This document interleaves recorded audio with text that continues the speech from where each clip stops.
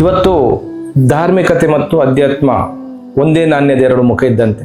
ಧಾರ್ಮಿಕತೆ ಅಂತ ಹೇಳಿದ್ರೆ ಗ್ರಂಥ ಪುರಾಣಗಳನ್ನ ಪೂಜೆ ಪುರಸ್ಕಾರಗಳನ್ನ ಮಾಡ್ತಾ ಹೋದಾಗ ದೇವರ ಅನುಗ್ರಹಕ್ಕೆ ನಾವು ಪಾತ್ರರಾಗ್ತೀವಿ. ಅದೇ ರೀತಿ ಅಧ್ಯಾತ್ಮದ ಜಾಗೃತಿ ಅಂತ ಹೇಳಿದ್ರೆ ನಮ್ಮೊಳಗಿರುವಂತ ಅಂತರಾತ್ಮದ ಶಕ್ತಿ ಅಂದ್ರೆ ಪರಮಾತ್ಮನ ಶಕ್ತಿಯನ್ನ ಜಾಗೃತಪಡಿಸ್ತಾ ಇವತ್ತು ನಮ್ಮ ಅಂತರಾತ್ಮದ ಶಕ್ತಿಯನ್ನ ನಾವು ಎಷ್ಟು ಜಾಗೃತಪಡಿಸ್ತೀವ ಅಷ್ಟು ಧಾರ್ಮಿಕವಾಗಿ ನಾವು ಬೆಳಿಲಿಕ್ಕೆ ಸಾಧ್ಯವಿದೆ. ಹಾಗಾಗಿ ತಮ್ಮೊಳಗಿರುವಂಥ ಅಧ್ಯಾತ್ಮದ ಜಾಗೃತಿಯನ್ನ ಮಾಡುವುದರ ಜೊತೆಗೆ ನಿಮ್ಮ ಜೀವನದ ಎಲ್ಲ ಸಂತೋಷಗಳನ್ನು ನೀವು ಪಡಿಬೋದು. ಎಲ್ರಿಗೂ ಶುಭವಾಗಲಿ. ಜೈ ಶ್ರೀರಾಮ್. ಕರಾವಳಿ ಕರ್ನಾಟಕದ ಜನಮನದ ಜೀವನಾಡಿಯಾದಂಥ ಉದಯವಾಣಿಯ ಎಲ್ಲ ವೀಕ್ಷಕರಿಗೆ ಹಾಗೆಯೇ ಪತ್ರಿಕಾ ಓದುಗರಿಗೆ ಕ್ಷೇತ್ರದ ಪರವಾಗಿ ಅಭಿನಂದನೆಯನ್ನು ಸಲ್ಲಿಸ್ತಾ ಇದ್ದೇನೆ. ಬಂಧುಗಳೇ, ಶ್ರೀ ಕ್ಷೇತ್ರ ಶಂಕರಪುರ ಒಂದು ಚಿಕ್ಕ ಊರಿನಲ್ಲಿರುವಂಥ ಒಂದು ಕ್ಷೇತ್ರ. ಸುಮಾರು 11 ವರ್ಷದ ಮೊದಲು ಕ್ಷೇತ್ರವನ್ನು ಸ್ಥಾಪನೆ ಮಾಡುವಾಗ ಒಂದು ಕನಸನ್ನು ಕಂಡಿದ್ದೆ. ಜೀವನದಲ್ಲಿ ನೊಂದು ಬಂದವರಿಗೆ, ಜೀವನನೇ ಬೇಡ ಎಂದು ಬಂದವರಿಗೆ ಧೈರ್ಯವನ್ನು ನೀಡುವ ಒಂದು ಮಹಾಸಂಕಲ್ಪವನ್ನು ಈ ಕ್ಷೇತ್ರ ಸಂಕಲ್ಪವನ್ನು ಮಾಡಿಕೊಂಡಿದೆ. ಈಗಾಗಲೇ ನಿಮಗೆಲ್ಲ ತಿಳಿದಂತೆ ಧಾರ್ಮಿಕವಾಗಿ, ಸಾಮಾಜಿಕವಾಗಿ, ಶೈಕ್ಷಣಿಕವಾಗಿ ಅನೇಕ ಸೇವೆಗಳನ್ನು ನಿರಂತರವಾಗಿ ಮಾಡ್ತಾ ಇದೆ ಮಠ. ಅದರಲ್ಲೂ ವಿಶೇಷವಾಗಿ ಧರ್ಮದ ರಕ್ಷಣೆ ಆಗಬೇಕು, ಧರ್ಮದ ಒಳಿತಾಗಬೇಕೆಂಬ ಒಂದು ಸಂಕಲ್ಪವನ್ನು ತೊಟ್ಟು ಈಗಾಗಲೇ 19 ಅಡಿ ಎತ್ತರದ ಏಕಶಿಲಾ ಮೂರ್ತಿಯ ಮುಖ್ಯಪ್ರಾಣನ ಪ್ರತಿಷ್ಠಾಪನೆ ಕೂಡ ಕ್ಷೇತ್ರದ ಆವರಣದಲ್ಲಿ ನಡೆಯಲಿಕ್ಕಿದೆ. ಕ್ಷೇತ್ರದಲ್ಲಿ ಒಂದಷ್ಟು ಅಭಿವೃದ್ಧಿ ಕಾರ್ಯಗಳ ಜೊತೆಗೆ ಅನೇಕ ಸಮಾಜಮುಖಿ ಸೇವೆಗಳು ನಡೆಯುತ್ತಾ ಇದೆ. ಇವತ್ತು ಪ್ರಾಣಿ ಪಕ್ಷಿ ಮೋಕ್ಷ ಆಗಿರ್ಬೋದು, ಸಾಯಿ ತುತ್ತ ಆಗಿರ್ಬೋದು, ಅಥವಾ ಸಾಯಿ ವಿದ್ಯೆ ಆಗಿರ್ಬೋದು, ಅಥವಾ ಸಾಯಿ ಔಷಧಿ ಆಗಿರ್ಬೋದು.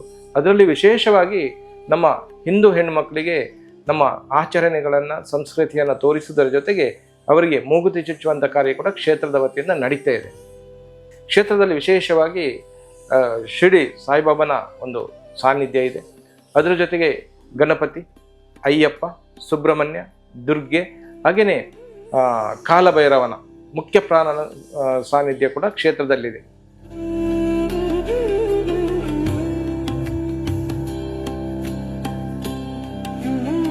ಬಾಲ್ಯದಿಂದಲೂ ಮುಖ್ಯ ಪ್ರಾಣನ ಪ್ರೇರಣೆಯಿಂದ ನನ್ನ ಅಧ್ಯಾತ್ಮ ಸಾಧನೆಯನ್ನು ಮಾಡ್ತಾ ಬಂದಿದ್ದೇನೆ.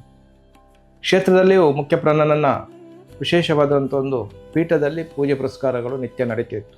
ಕ್ರಮೇಣ ಕ್ಷೇತ್ರದ ಅಭಿವೃದ್ಧಿ ಆದಾಗ ಆ ಮುಖ್ಯ ಪ್ರಾಣನ ಸಾನ್ನಿಧ್ಯ ಕೂಡ ಬಲವಾಗಿದ್ದ ಕಾರಣ ಒಂದು ಪ್ರೇರಣೆ ಅಂದರೆ ಸಮಸ್ತ ಹಿಂದೂಗಳನ್ನು ಒಗ್ಗೂಡಿಸಬೇಕು, ಧರ್ಮದ ಕಾರ್ಯಕ್ಕೆ ಮತ್ತಷ್ಟು ಚೈತನ್ಯ ಬರಬೇಕು, ಕ್ಷೇತ್ರಕ್ಕೆ ಬರುವಂಥ ಭಕ್ತರಿಗೆ ಮತ್ತಷ್ಟು ಅನುಗ್ರಹ ಆಗಬೇಕೆಂಬ ಒಂದು ಸಂಕಲ್ಪದಿಂದ ಇವತ್ತು ಕ್ಷೇತ್ರದ ಹೊರಭಾಗದಲ್ಲಿ ಸುಮಾರು 19 ಅಡಿ ಎತ್ತರದ ಮುಖ್ಯ ಪ್ರಾಣನ ಬೃಹತ್ತಾಕಾರದ ಏಕಶಿಲಾ ಮೂರ್ತಿಯ ಪ್ರತಿಷ್ಠಾಪನೆ ಕೂಡ ಏಪ್ರಿಲ್ 2ಕ್ಕೆ ನಡೀಲಿಕ್ಕಿದೆ.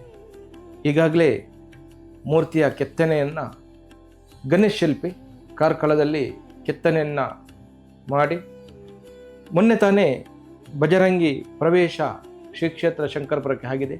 ಮುಂದೆ ಈಗ ಹನುಮ ಜ್ಯೋತಿ ಅಂದರೆ ಎಲ್ಲ ಲೋಕಕ್ಕೆ ಬೆಳಕಾಗಬೇಕು ಮತ್ತು ಲೋಕದಲ್ಲಿರುವಂಥ ಎಲ್ಲ ಕಂಟಕಗಳು ದೂರಾಗಬೇಕೆಂಬ ಮಹಾಸಂಕಲ್ಪದಲ್ಲಿ ಅಂಜನಾದ್ರಿ ಅಂದರೆ ಹನುಮ ಜನ್ಮ ತಾಳಿದ ಭೂಮಿಯಿಂದ ಹನುಮ ಜ್ಯೋತಿ ಬರಲಿಕ್ಕಿದೆ.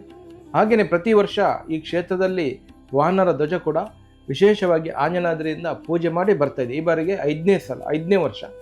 ಈ ಬಾರಿ ವಿಶೇಷವಾಗಿ ನಾವು ಅದನ್ನು ನಾವೇ ಹೋಗಿ ಅಲ್ಲಿ ವಿಶೇಷ ಪೂಜೆ, ಗದೆ ಹಾಗೆ ಹನುಮ ಜ್ಯೋತಿ ಆಗಿರ್ಬೋದು, ವಾನರ ಧ್ವಜ ಪೂಜೆ ಮಾಡಿ ವಿಶೇಷವಾಗಿ ಅಲ್ಲಿಂದ ರಥದಲ್ಲಿ ಬರ್ತಾ ಇದೆ.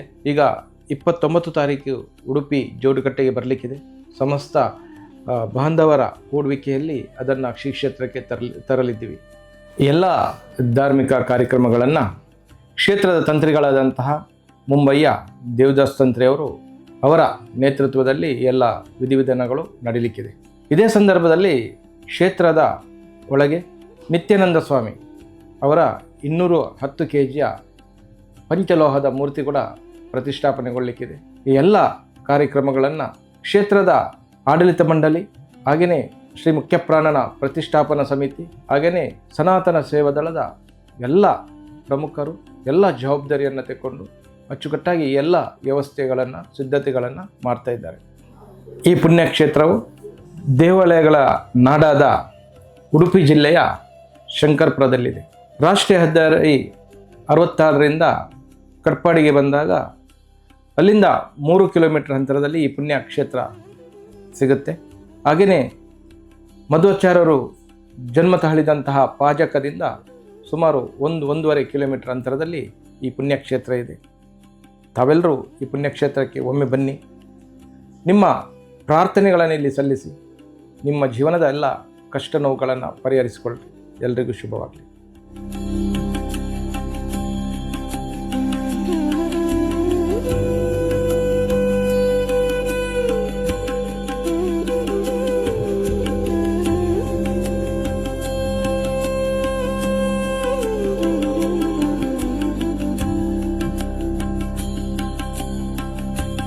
Mm-hmm.